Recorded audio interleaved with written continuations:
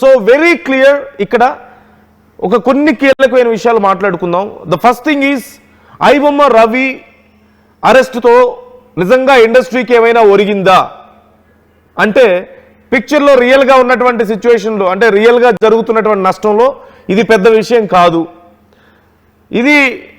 ఇది ఇండస్ట్రీ వాళ్ళు మీరు ఐబొమ్మ రవి అరెస్ట్ తర్వాత రీసెంట్గా అతనికి సంబంధించిన ఫోటోని నేను మీకు స్క్రీన్లో చూపిస్తున్నాను. ఆ విచారణ సందర్భంగా అతన్ని తీసుకెళ్తున్నటువంటి ఫోటోని.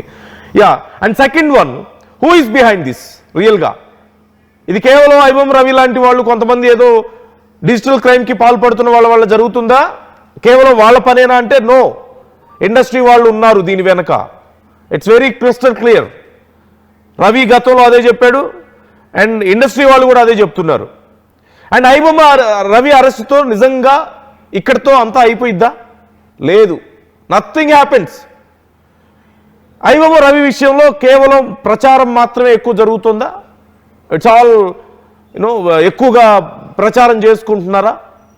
అఫ్ కోర్స్ అదే జరుగుతుందనే అభిప్రాయం ప్రజల్లో ఉంది. సో ఈ విషయాలు చాలా క్లియర్. పోలీసులు ఒక్కసారి ఆలోచించుకోండి దయచేసి. సజ్జనార్ గారు మీరు ఒక్కసారి ఆలోచించుకోండి, ఏం జరుగుతుందనేది చూడండి. ప్రజలు ఎందుకు నెగిటివ్గా ఆలోచిస్తున్నారో ఒకసారి మీరు ఆలోచించండి. మరి ఇండస్ట్రీలో ఉన్న దొంగల్ని పట్టుకోవడానికి మీరు ప్రయత్నిస్తున్నారా లేదా అని ప్రజలు అడుగుతున్నారు. You should answer for that. IBomma Ravi దగ్గర ఉన్న మీరు చెప్పినటువంటి గతంలో 50 లక్షల మంది డేటా ఉందని మిగతా సమాచారం దానికి సంబంధించి అఫ్కోర్స్ మీకు విచారణకి సమయం పట్టొచ్చు, కాదని అనడం లేదు. కానీ ప్రజల్లో ఈ డౌట్స్ ఉన్నాయి, అవి క్లియర్ చేయండి.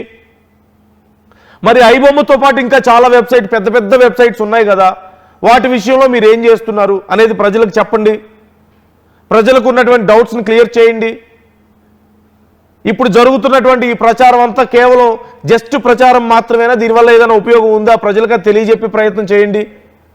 ఐబొమ్మ రవి అనే వ్యక్తి ఎందుకని సమాజానికి మంచిది కాదు అనేది ప్రజలకు అర్థమయ్యేలా చెప్పాల్సిన బాధ్యత మీ మీద ఉంది.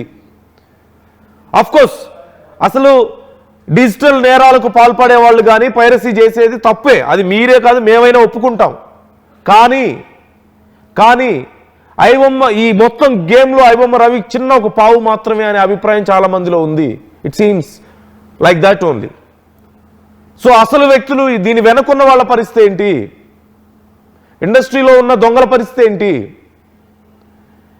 ఇంకా వెబ్సైట్స్ పరిస్థితి ఏంటి? సో వాటన్నిటి సంగతి ఏంటి?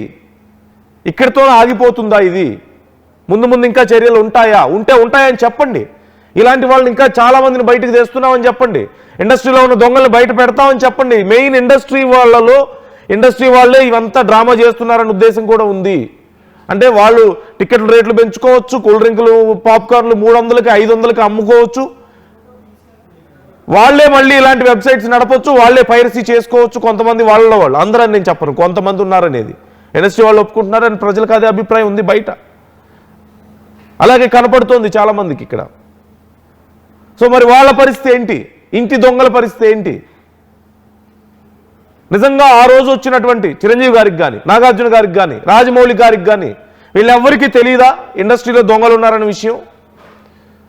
తెలిసి బయట పెట్టడానికి భయమా? లేకపోతే ఎలా అర్థం చేసుకోవాలి ఈ విషయాన్ని? So try to comment your opinions. మీ అభిప్రాయం ఏంటి ఈ విషయంలో? మీ అభిప్రాయాలు కూడా కామెంట్ చేసే ప్రయత్నం చేయండి. ఏం జరుగుతుంది, ఏం జరగాల్సిన అవసరం ఉంది ఈ విషయంలో? అండ్ ముఖ్యంగా ఆర్టీవీ అడిగినటువంటి ప్రశ్నకు ఐబొమ్మ రవి చెప్పినట్లుగా ఇండస్ట్రీలో దొంగలు ఉన్నారా అనే ప్రశ్న అడిగితే అవుననే అంటున్నారు ఎక్కువ మంది.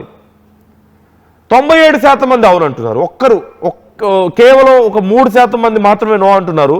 97% మంది అవునంటున్నారు. అంటే almost 100% people are believing this.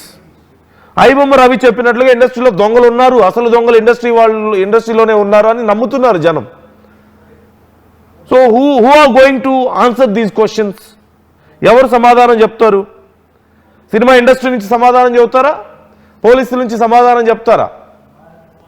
మీరు చేసిన పనిని ప్రజలకు ఎలాగైతే చూపిస్తున్నామో ప్రజల్లో ఉన్నటువంటి అనుమానాలను కూడా మీకు చూపించాల్సిన బాధ్యత ఉంది. కాబట్టి we're trying that, RTV is trying that, మీకు చెప్పే ప్రయత్నం చేస్తున్నాం. So you should respond for this. అధికారులు రెస్పాండ్ అవ్వాలి, ఇండస్ట్రీ కూడా ఈ విషయంలో రెస్పాండ్ అవ్వాల్సిన అవసరం ఉంది. So try to comment your opinions. అసలు మీరేమనుకుంటున్నారు, ఏం జరుగుతుంది? కామెంట్ చేయండి.